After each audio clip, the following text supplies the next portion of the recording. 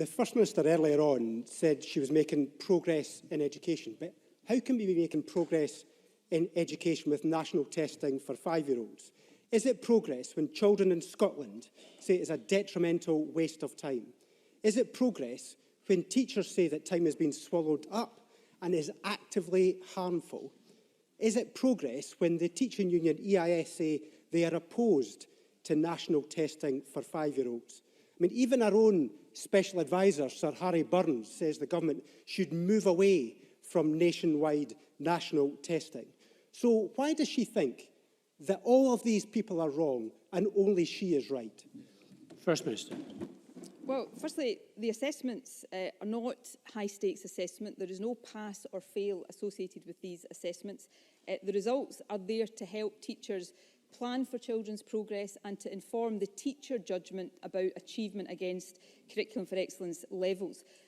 Children and young people's interests are very much at the heart of these assessments. If we look at Primary 1 assessments in particular, they are designed around the early level of Curriculum for Excellence and they're compatible with play-based learning approaches in Primary 1. And the best practice, the assessments are experienced by children as part of ongoing learning and teaching activities in the classroom. So they are appropriate to the age of the child, but they are also important in making sure, to go back to the question I answered from Ruth Davidson earlier on, to make sure that we are replacing survey data on the performance of children with comprehensive data on the performance of children, which allows us to know the progress we are making in closing the attainment gap. Willie Rennie. In the pupils' interest, she would stop these national tests right now. Older pupils are being brought in because P1s can't operate the computer, because they are only 5. Parents are concerned about the impact on their children because they're only 5. And also the teachers have said very clearly, I've listed earlier on the list of concerns that they have got because the children are only 5. But the First Minister ignores all of those concerns because all she's interested in is her computer machine with all her assessments and all her data to try and drive her forward her claim that she's going to improve the education system. So why won't she listen to all of these people who've expressed concerns? Why won't she change it and scrap the test now?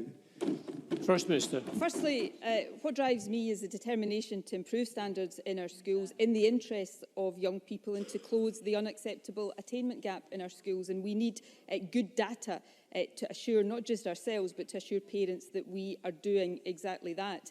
Willie Rennie says that Primary 1 pupils can't use the computers. I don't know about him, but I've met many Primary 1 pupils who are better at using computers than I am, presiding officer. I mentioned being in a school in Largs last week where young primary school children were showing me how to computer code.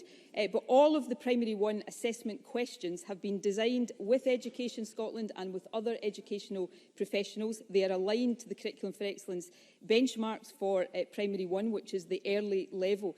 But Willie Rennie might be interested to know, if he isn't aware of this already, we're conducting a user review of the first year of assessments, and part of that will be listening to the experience of teachers, and we will publish the user review report in August at the time of the start of the new school year, setting out any changes and enhancements that we will make to the system for next year. So we will very much listen to the views of teachers, but we will also very much continue to take the action that we consider necessary to improve standards in our schools and close the attainment gap.